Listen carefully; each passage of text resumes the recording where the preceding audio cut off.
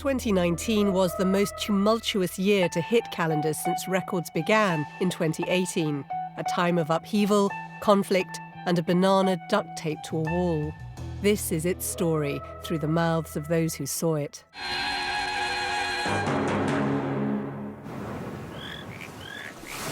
Standing here in the English countryside, it may not seem obvious, but we are facing a man-made disaster on a global scale. David Attenborough did a TV show about the environment called Climate Change the Facts, which is irresponsible of him because you can't change the facts. That's what all the science people in the programme kept saying. Once you've crossed the tipping point, that's it, you've triggered a catastrophic change. It was basically a snuff movie starring everyone on the planet.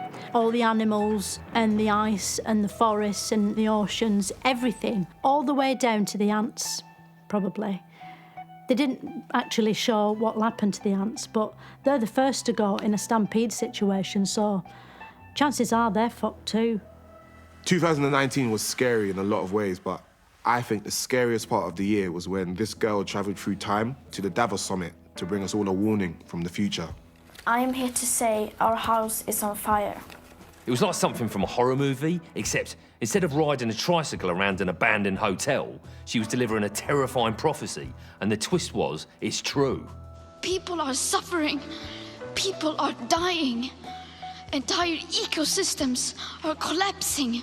Normally I'd just ignore the terrified pleading of a child, but even I've noticed the weather's been a bit weird this year, like it's on shuffle mode.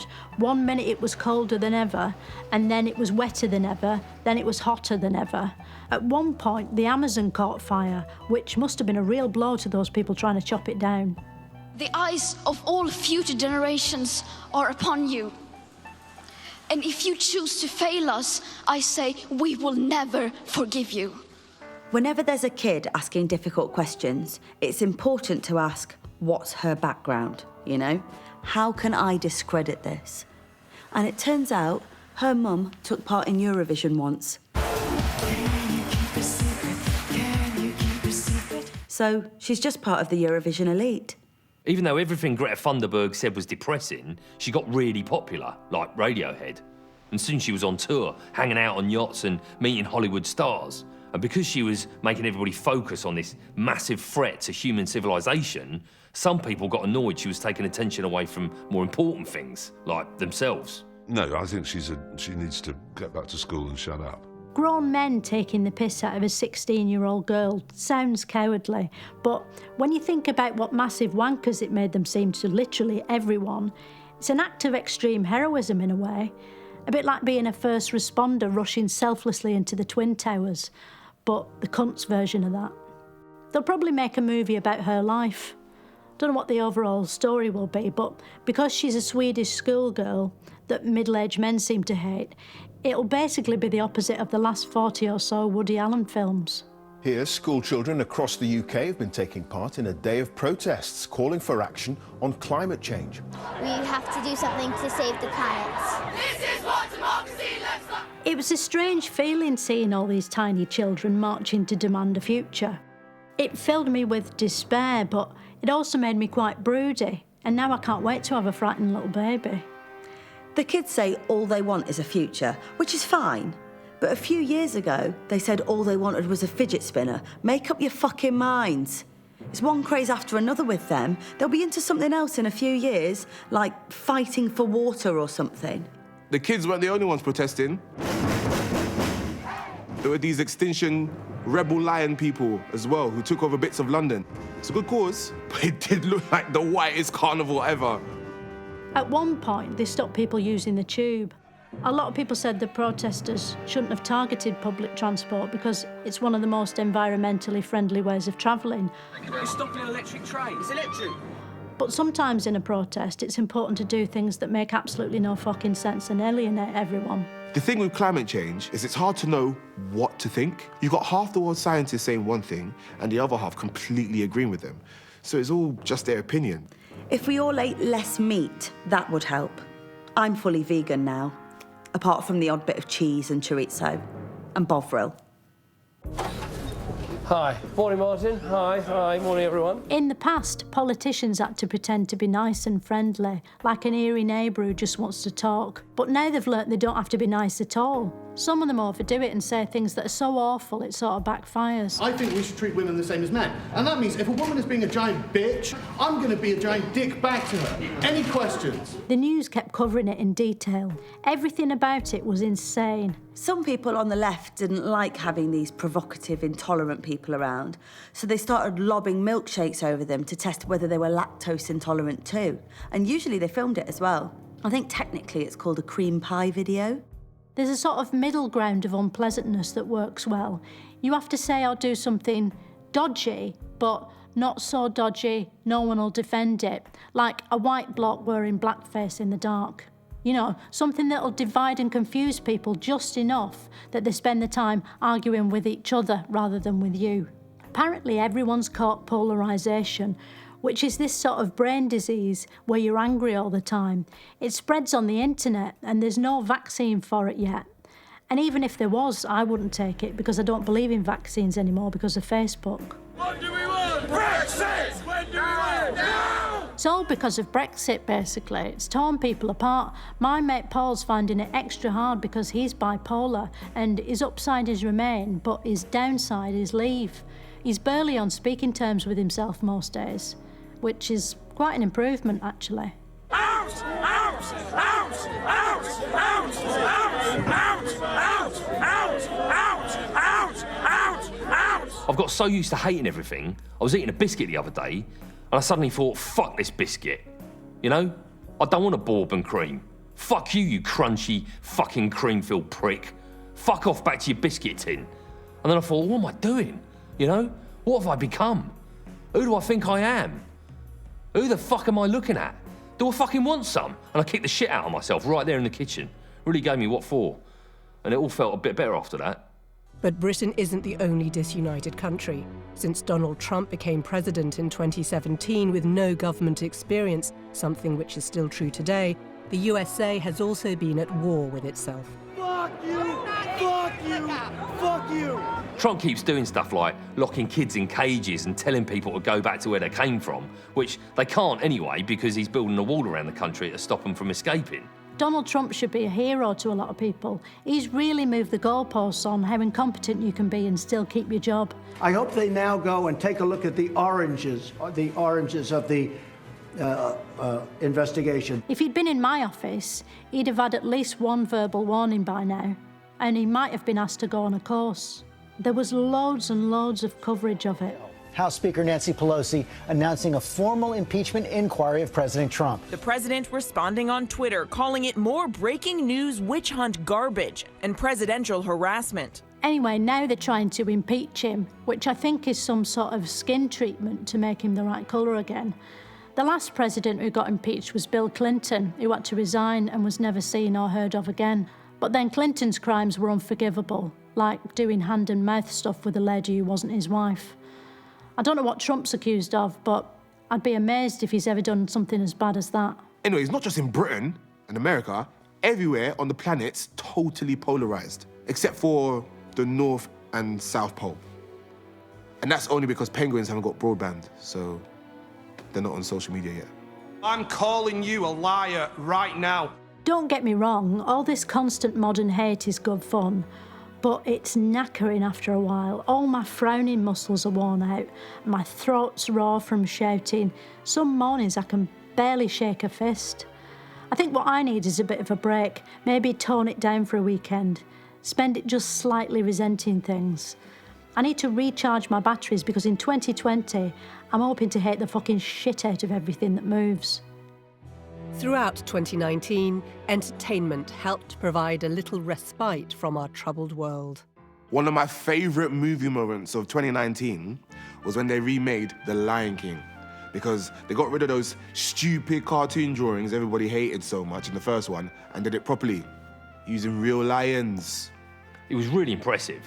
If you think about how long it takes to do a David Attenborough, where the cameraman has to hide in a bush for 2 years just to film a chinchilla having a shit, to have to wait until the lions were doing the exact same thing as the cartoon lions in the original, like a shot-for-shot remake, Must have taken forever. I mean, the chances of getting even one shot are remote. Some people said that it wasn't very good because they couldn't tell one lion from another, which is sort of lion racism, really.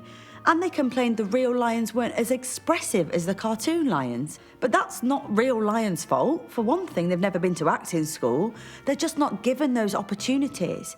And for another thing, that's just how lions' faces work. They don't have emotion muscles. And anyway, they made up for it with all their lovely singing. Hakuna Matata. Hakuna Matata. Thing is, it looked like actual footage, but apparently they did a lot of it with CGI, which is an even more amazing achievement. I don't envy whoever had to squeeze all the real lions into those bright green leotards with ping pong balls all over them. All the animals in it look totally real, except they don't have bum holes. So when they eat food, they can't get it out afterwards. They must just keep swelling and swelling until they burst all up the walls of that computer universe they're in. The good thing is now we've got backup copies of all these animals, so when the environment goes to shit and all the real ones die, we can still go to the zoo in VR. Literally, the only difference is going to be the bum holes, and I can live with that. Quentin Gabachino made a new version of that film he does. It was called Once Upon a Time in Hollywood. It was based around the Manson killings, which was this genuine tragedy in America where a load of people were murdered by these mad hippies on LSD. And it explored that by concentrating on two blokes who weren't there and didn't exist. One of the murder victims was Sharon Tate. It really brought her life back to life.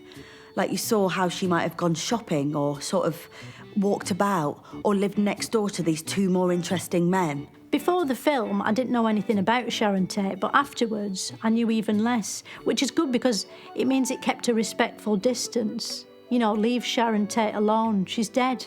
Except in this, where she's still alive. Just standing around looking pretty in the background, not really saying much. Which is what she would have wanted. Well, it might be, we'll never know. So it might as well be what she would have wanted. I mean, at least she's still working. Some people got upset because Sharon Tate doesn't get much dialogue, but there's others who have a worse time.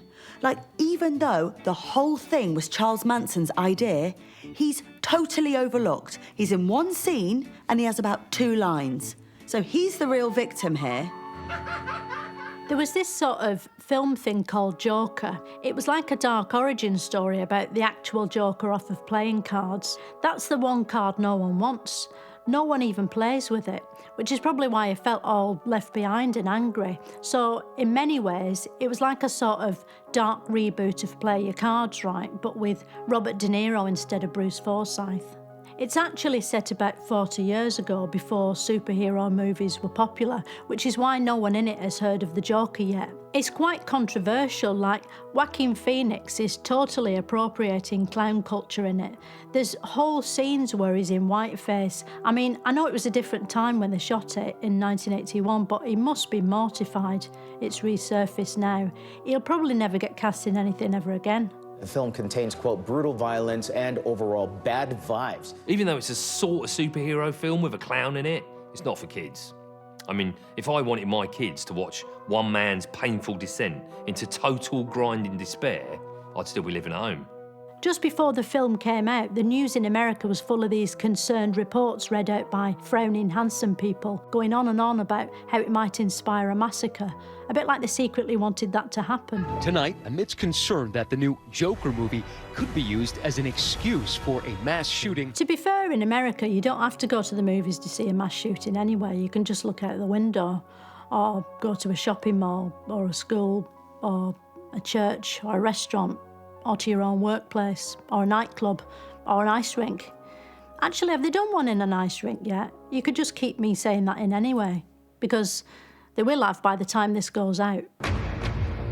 The convicted sex offender Jeffrey Epstein, once a friend of presidents and British royalty, is found dead in his prison cell in New York. Jeffrey Epstein was this billionaire who was into sex with trafficked underage girls. And he had lots of powerful friends like Donald Trump and Bill Clinton and Prince Andrew. Anyway, this year Epstein died in a freak necktie accident while one of his prison guards was blinking for too long. And his friendship with Prince Andrew was on everyone's mind again. So Andrew figured he should go on TV and just draw a line under the whole thing. with a great big highlighter pen. It was like this one-off episode of Mastermind where his specialist subject was a dead paedophile. And even though he knew loads about the bloke, everyone seemed to think he got a lot of the answers wrong. You've been on his private plane. Yes. You've been to stay on his private island. Yes. You've stayed at his home in Palm Beach. Yes.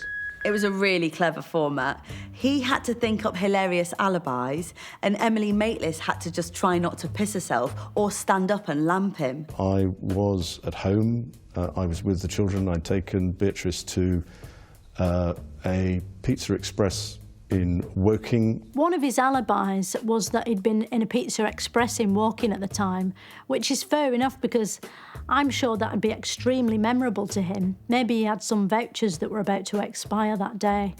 Although for it to be really convincing, he'd probably need to show us some proof, like the little menu he coloured in while he was there or something. She described dancing with you, and you profusely sweating, and that she went on to have bath, possibly. There's a slight problem with the sweating because I have a peculiar medical condition, which is that I don't sweat. He said he wasn't capable of sweating because he'd overdosed on adrenaline when he'd been shot at in a war.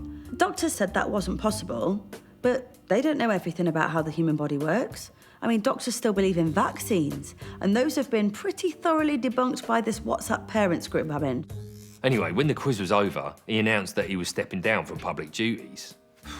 I mean, it's hard to even conceive of a world without Prince Andrew's contribution to it. That's Britain fucked now.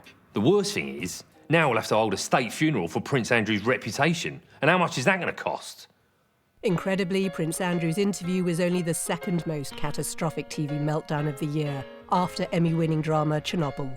There was this show about a place called Chernobyl, about this sort of Russian factory that went bang.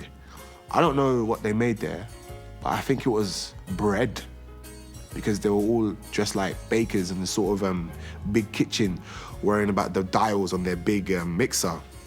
You could see they were ashamed that they'd messed things up so much because they kept really blushing, like they'd see what a mess they made and just go totally red with embarrassment. To be fair, they probably didn't know how the machines in the factory were supposed to work because all the manuals were printed in Russian, which no one can read. When the main bread machine bit blew up, it sent all this flour into the air, and loads of people who got exposed to it had a wheat allergy, so they got bad tummies and came out in a sort of nasty rash. It was a real scandal. I hope Orvis are watching, so this kind of thing never happens again. The whole area went radioactive. And the scary thing about radioactivity is it's dangerous even though you can't see it. Like when a paedophile hides under a table. First, the explosion makes all the colour bleed out of the sky, so everything's grim and depressing. Then there's Trevor off EastEnders stomping around with his bits all hanging out. It was like, all right, mate, this is about a nuclear accident, but does it have to be such a downer? It turned into a zombie movie, but they were the worst zombies I've ever seen. They just kept lying down and sort of crying.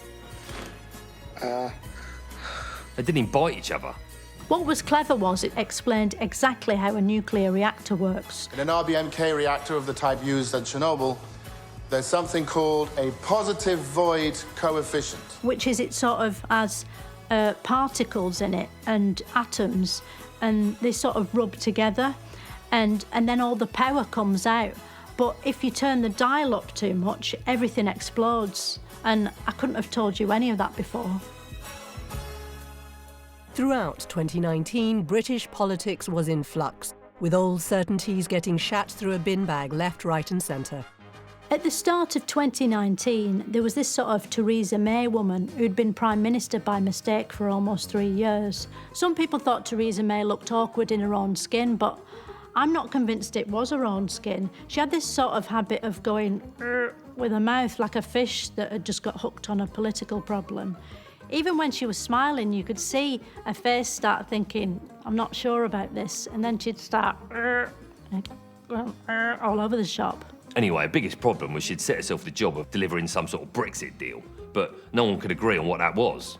In fact, the only thing anyone did agree on was that she was making the disagreements worse. Brexit! Now! Let's get out! Let's have Brexit!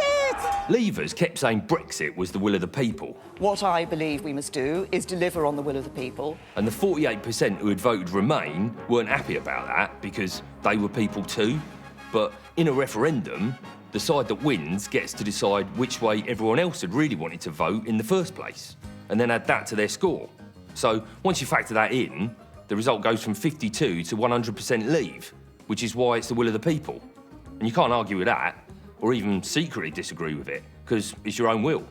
Anyway, the MPs kept trying to do Brexit again and again, and they couldn't quite shunt it through the voting hole, or whatever it is they use. MPs have rejected Theresa May's withdrawal agreement for a third time, throwing the UK's Brexit strategy into further confusion. While all this was going on, Corbyn still didn't know how he felt about Brexit. It was really difficult for him, even harder than trying to work out what anti-Semitism is. So, he decided to appeal to Leavers and Remainers by not saying anything that might inspire either of them. And when you're trying to unite opposing sides like that, the last thing you need is a bunch of fucking centrists in your party getting in the way. Some of his followers told them to fuck off and join the Tories.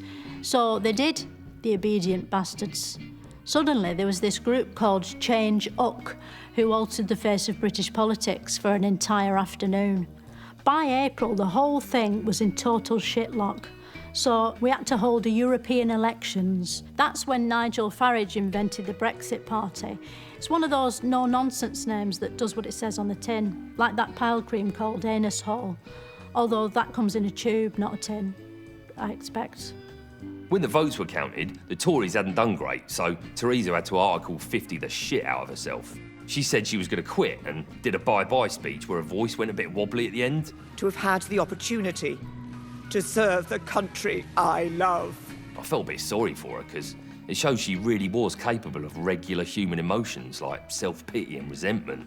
Once Theresa May had gone, they had a race to be the new Prime Minister among all these young hopefuls like Michael Gove and the first baby to be Home Secretary and this sort of teeth bloke who looked like a cross between Eddie Redmayne and the child catcher. But the front-runner was always Boris Johnson. When you see him on the news with his hair and his face looking like an overstuffed scarecrow that's fallen in a trough of pink-flavoured Angel Delight, you think, hang on, I'm going to absolutely piss myself here, like the cartoon's just come on. But instead of telling jokes, he just sort of makes posh buffering noises. I'm cautiously optimistic.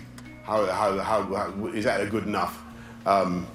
Anyway, Boris won, so he had to become mayor of Britain for a bit. Thing is, the elite establishment still kept trying to stop Brexit. But luckily now there are these everyday, underdog, honest men of the soil like Jacob Rees-Mogg ready to take them on.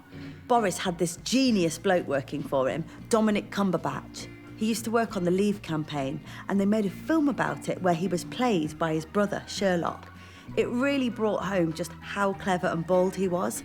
Because he seemed so clever in the film, everyone assumed he was clever in real life, and that everything he did was part of a clever strategy, even if he blew off into his hand and smelt it. Not that he did that, but if he had, it would have been for a clever reason. Anyway, Boris kept trying to make Brexit happen, but he couldn't manage it either, even after he tricked the Queen into turning Parliament off and on again. So, he gave this speech saying he didn't want an election. I don't want an election. And that no one wanted an election. You don't want an election. And then he asked for an election, as if that was going to work. Tonight at 10, we're at Westminster, where MPs have approved the first December general election since 1923. They hailed it as the election of a lifetime. A couple of years after the other one, they called an election of a lifetime. Which means they're probably not talking about a human lifetime, but a mealworm or something like that, which is stupid, because everyone knows mealworms can't vote. They can't hold a pencil. Early on, Corbyn and Johnson had to go on this sort of game show where Boris had to mention Brexit as often as possible and Jeremy had to pretend he hadn't heard him. Neither of them looked very statesmanlike. Corbyn had these off-putting glasses and Johnson was like a failed reboot of the Honey Monster making a court appearance. It was like a Mock the Week special where they kept getting laughs with their material, but by accident. Does the truth matter in this election? I think it does. and I think it's very important. While the debate was on, the Tories changed their Twitter name to Fact Check UK, so they looked like an independent fact-checking service. They got shit for that, but to be fair, it only fooled everyone who saw it. The Tories had this simple slogan they kept saying over and over again. Get Brexit done, get Brexit done, get Brexit done. Which meant you knew who to vote for if you wanted to get Brexit gone. People said Jeremy Corbyn's Brexit position was hard to understand, just because it couldn't be summed up in a snappy soundbite or a short book. But it was really simple. He said he'd negotiate a new deal, then put that to the public in a referendum, which he'd be neutral about. Then he'd subtract the deal you first thought of, fold the result in half, and multiply it by the Jews. What's the problem? There were lots of people talking about tactical voting. To vote tactically, you had to ignore who you wanted to vote for and instead vote Lib Dem, which is short for the Liberal Dems. They're this sort of middle filler party that used to be run by the world's oldest Doctor Who, Winch Cable, until he regenerated into this Girl Guide leader called Joe from Swindon. The Tories had the right-wing press on their side, but Jeremy Corbyn had momentum behind him, which was ironic.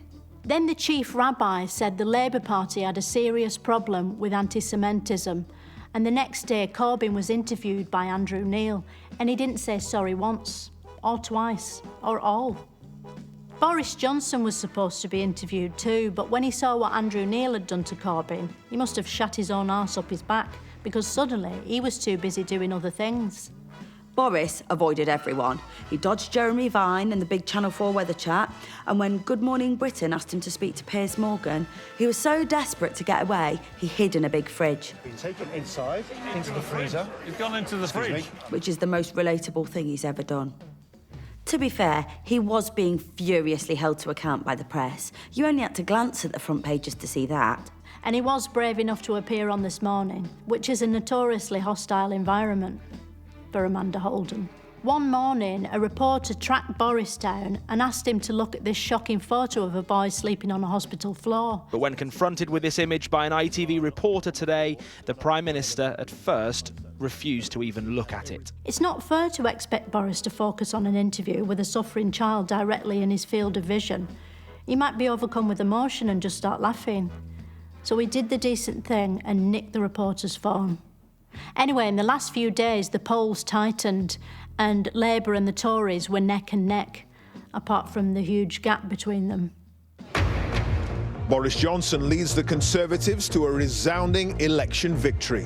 When the result came in, it was a landslide. The Tories won seats in places they'd never even heard of and probably hadn't even stood in. It was clear everyone in Great Britain had voted Tory, unless you count Scotland, which we probably won't have to much longer. People said Corbyn couldn't win an election if he tried, which wasn't completely fair because it turned out he couldn't win 2 elections if he tried. I will not lead the party in any future general election campaign. Corbyn said he'll step down next year. He'll probably go back to his allotment and alienate some sprouts. Then Boris stood outside his palace and said he wanted everyone in Britain to forget their differences and come together, be they Leaver or Remainer, Letterbox or Bumboy. I urge everyone to find closure and to let the healing begin. It's a lot of power for someone like him, but I'm sure it'll be fine. He'll probably look after us like we were his own children. This Time with Alan Partridge is streaming on iPlayer, so don't wait another moment. Alternatively, you can stay with us because Mock the Week is here next.